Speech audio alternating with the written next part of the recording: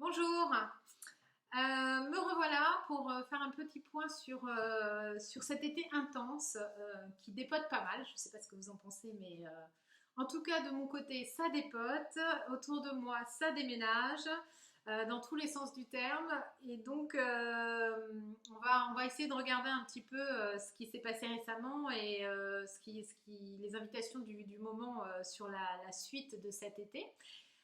La dernière fois, je vous avais parlé de ces éclipses. On est dans un été assez particulier, une année particulière, intense, qui nous pousse de plus en plus dans nos retranchements.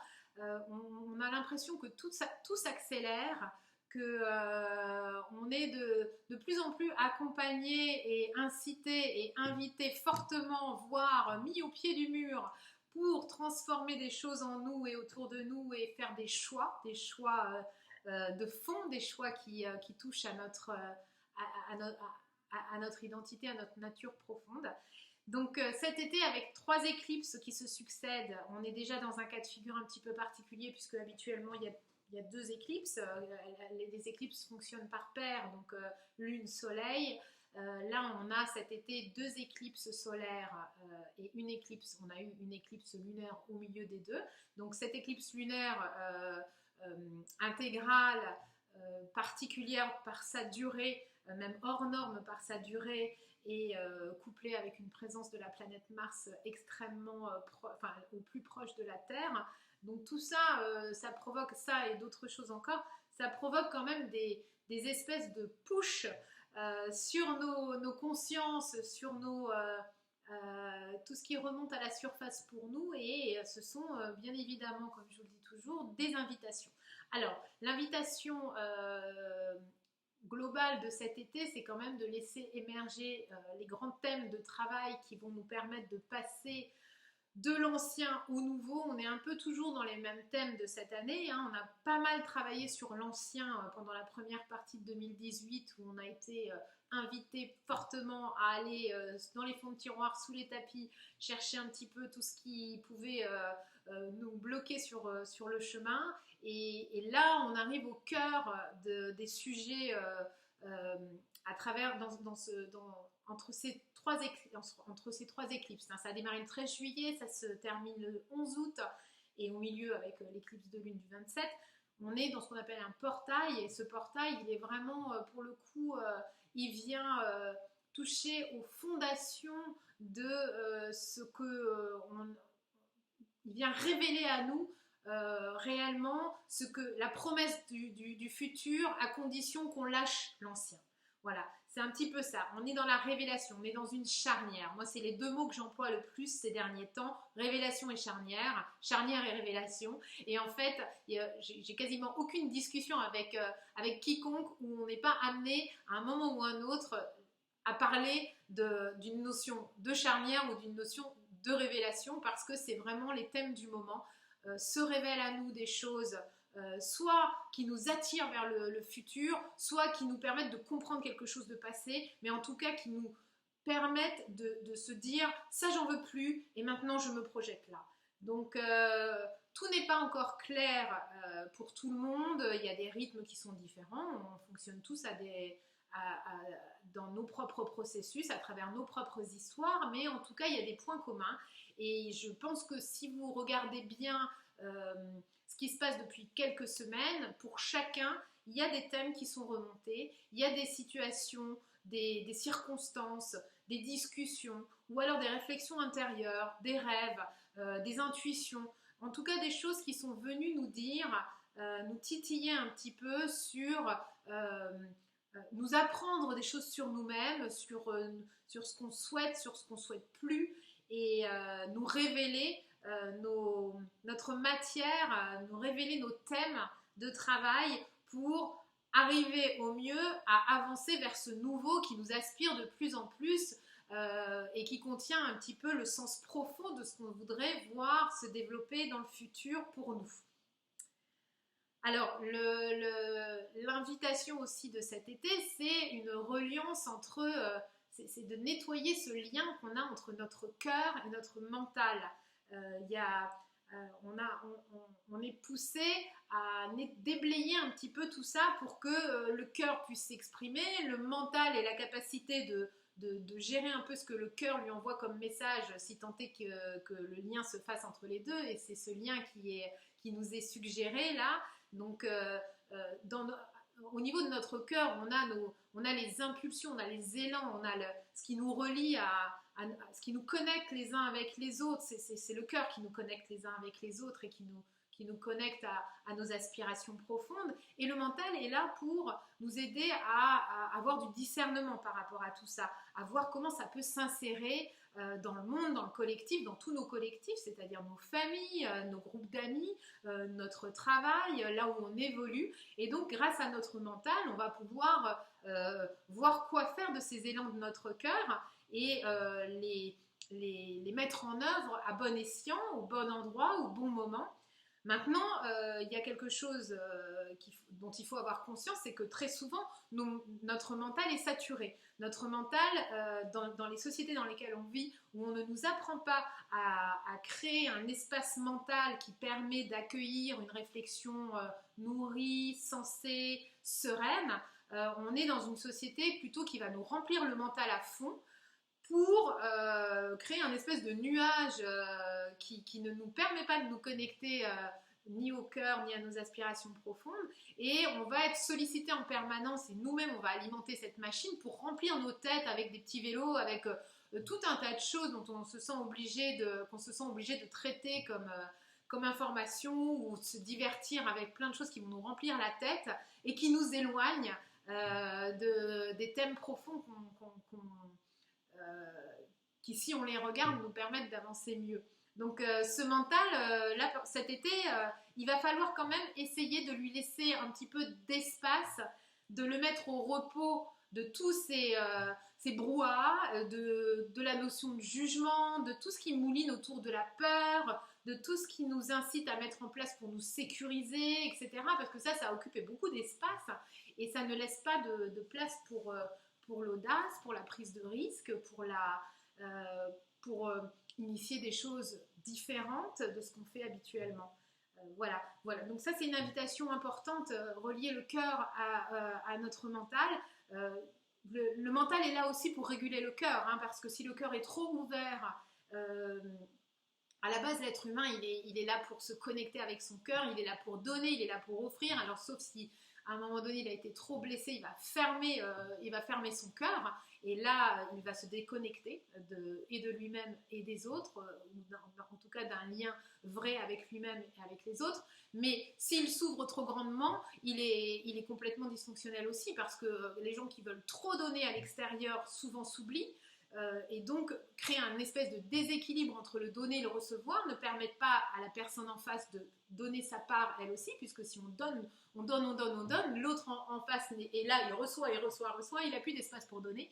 Donc dans un monde où on donnerait complètement de manière ouverte, sans régulation, on serait complètement dans un dérèglement total aussi. Donc le mental, quand il est dans son bon fonctionnement, quand on le nettoie de tous ces petits vélos, ses jugements, ses peurs, ses automatismes, son remplissage de la vie quotidienne, des infos, des lectures, écouter toutes les injonctions extérieures, les je dois, les il faut.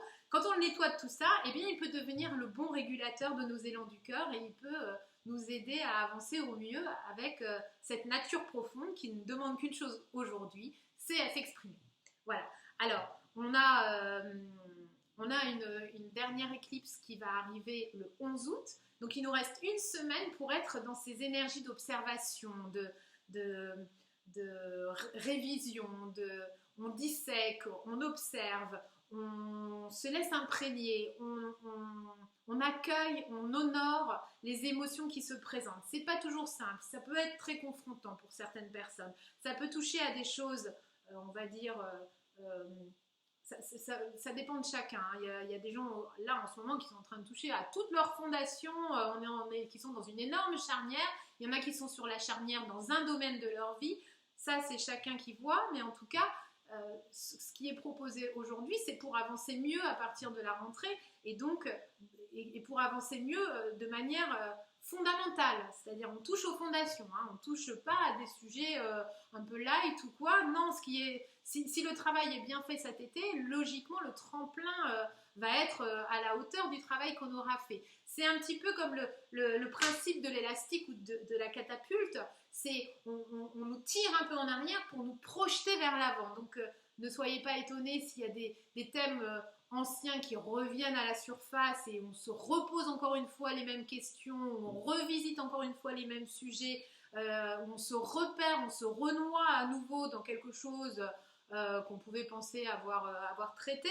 C'est que simplement c'est nécessaire et à chaque fois qu'on avance, la vie nous fait prendre de l'élan. Enfin, moi, vraiment, c'est quelque chose que j'ai observé et avec lequel je navigue de mieux en mieux, c'est que quand j'ai l'impression de revenir en arrière, je sais qu'en fait, je recule juste un tout petit peu pour prendre de l'élan pour aller plus loin. Donc, quand je pense que je repars dans quelque chose que je voulais plus ou que je pensais avoir traité, je sais que c'est parce que je vais refaire encore une fois un plus grand pas vers ce que je veux.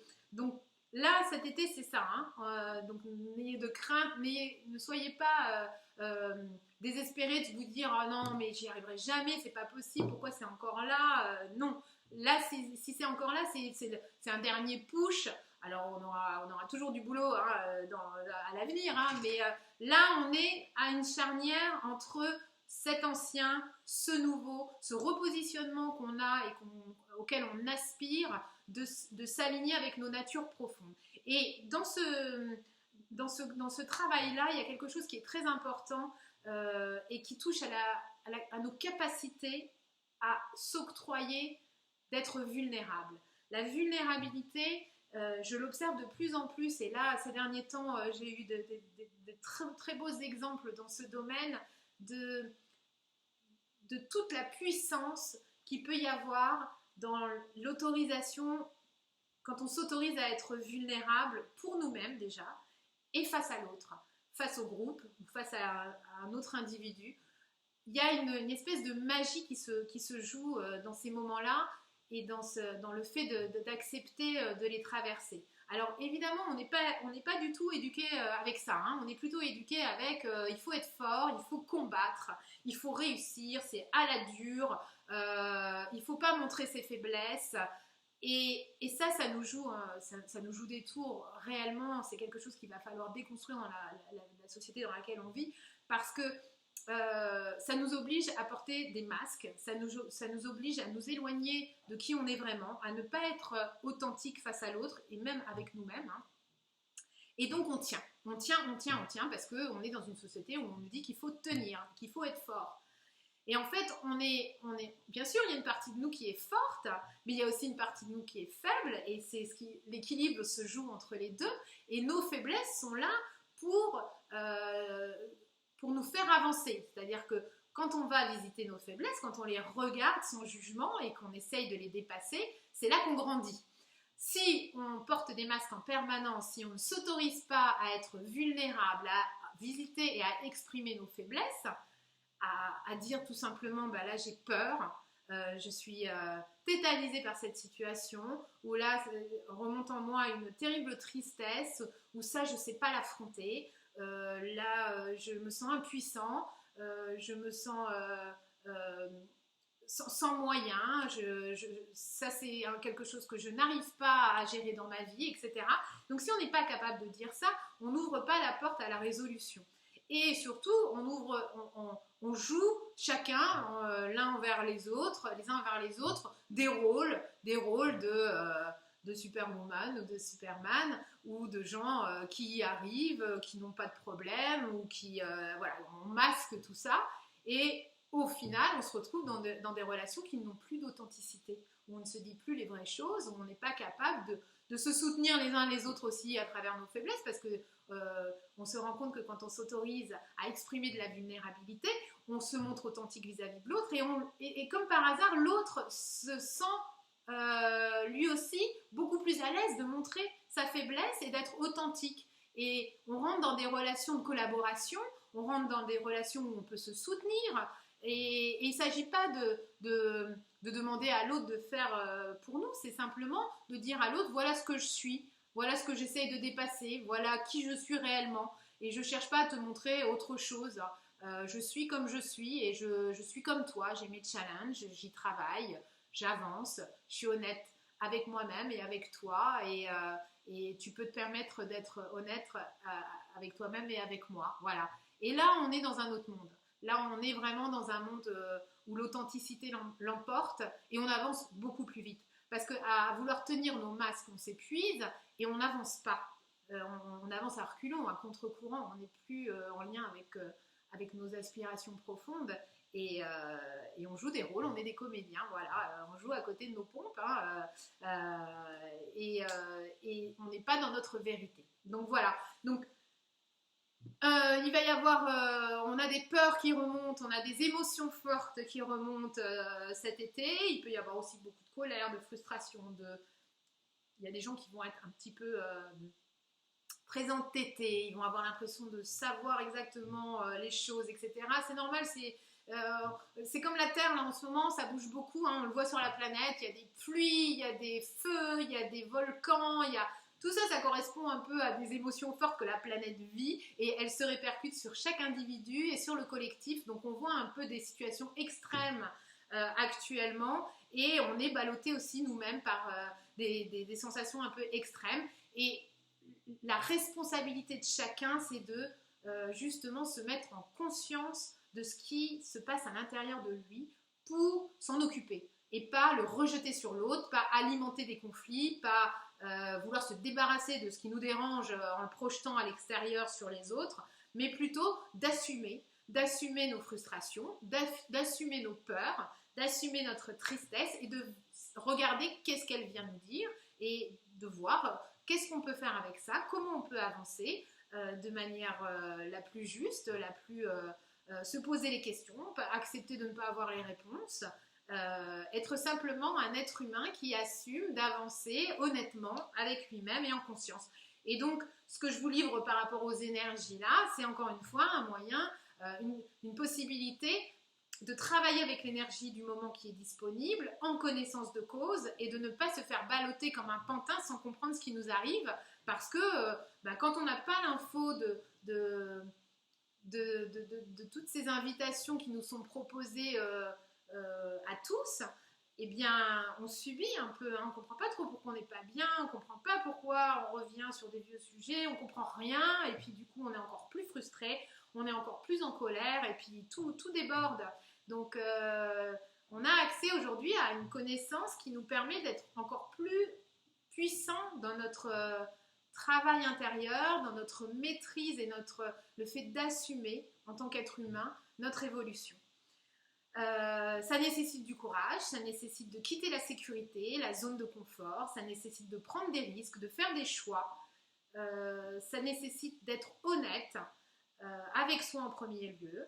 Et à partir de là, si on joue le jeu, eh bien, on va se rendre compte qu'en face, ça joue le jeu aussi, puisque la vie nous amène les rencontres favorisantes, les circonstances favorisantes, nous ouvre des portes. Et là, le 11 août, cette éclipse solaire qui va venir fermer ce portail de 3 éclipses, c'est une éclipse éclairante, puisqu'on est avec le soleil. Et là, on va rentrer dans une phase beaucoup plus créative, plus légère, dans laquelle on va pouvoir voir apparaître des solutions par rapport à tout ce qui s'est présenté. On va revenir dans quelque chose on va être plus pouvoir plus appréhender l'action qu'on va pouvoir mener à partir de la rentrée. Et à partir de la rentrée, on va vraiment ressentir un élan possible vers toutes ces aspirations qui nous poussent à mettre du sens dans nos relations, dans nos actions, là où on intervient professionnellement, amicalement, nous permettent aussi d'attirer et d'être entourés de gens qui ont des aspirations communes avec les nôtres et de rencontrer de nouvelles personnes pour collaborer dans un sens qui nous convient et qui nous permet d'être qui on est. Et c'est vrai que ce qu'on abandonne cet été, c'est aussi tout un tas de vieux fonctionnements ou de relations toxiques, on peut dire toxiques, mais il y a des relations qui nous quittent, il y a des comportements qu'on accepte de quitter, des situations qu'on accepte de quitter, des lieux qu'on accepte de quitter, des amis avec qui, bon, voilà, on sent que on n'est plus en phase et c'est pas grave, mais on s'éloigne un peu parce qu'on a besoin de rencontrer des gens nouveaux.